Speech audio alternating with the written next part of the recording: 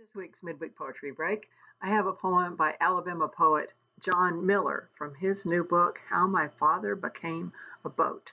If you live in Tuscaloosa, you can pick up an autographed copy at Ernest and Hadley Books. The poem I'm going to read is called A Ripple of Hope, with lines after RFK's Day of Affirmation address, which was almost 60 years ago. I'm grateful to him for sending me back to read that speech, and the Ripple of Hope line is one that occurs in the speech. A ripple of hope, with lines after RFK's Day of Affirmation address. They'll have to screw his coffin shut, my father growled the day George Wallace died. The ghoul who fueled his power by stoking hate white hot, who sneered at equality from the schoolhouse door, who hoisted the battle flag over the Capitol to troll Bobby Kennedy where it blazed for 30 years.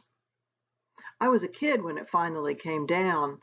I didn't understand how the lie of the lost cause soothed the comfortable classes. So I asked my father, among Camelot's last nights in Alabama, wasn't this just history? He hissed. Does the swastika still fly in Berlin?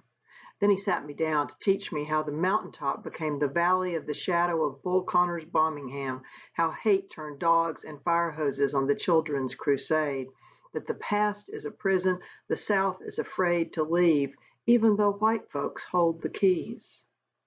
After Dad died, I found RFK's words in his study and thrilled to read what he'd taught me.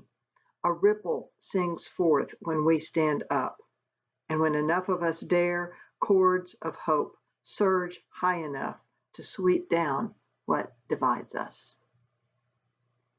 Poem for 60 years ago and a poem for today by John Miller.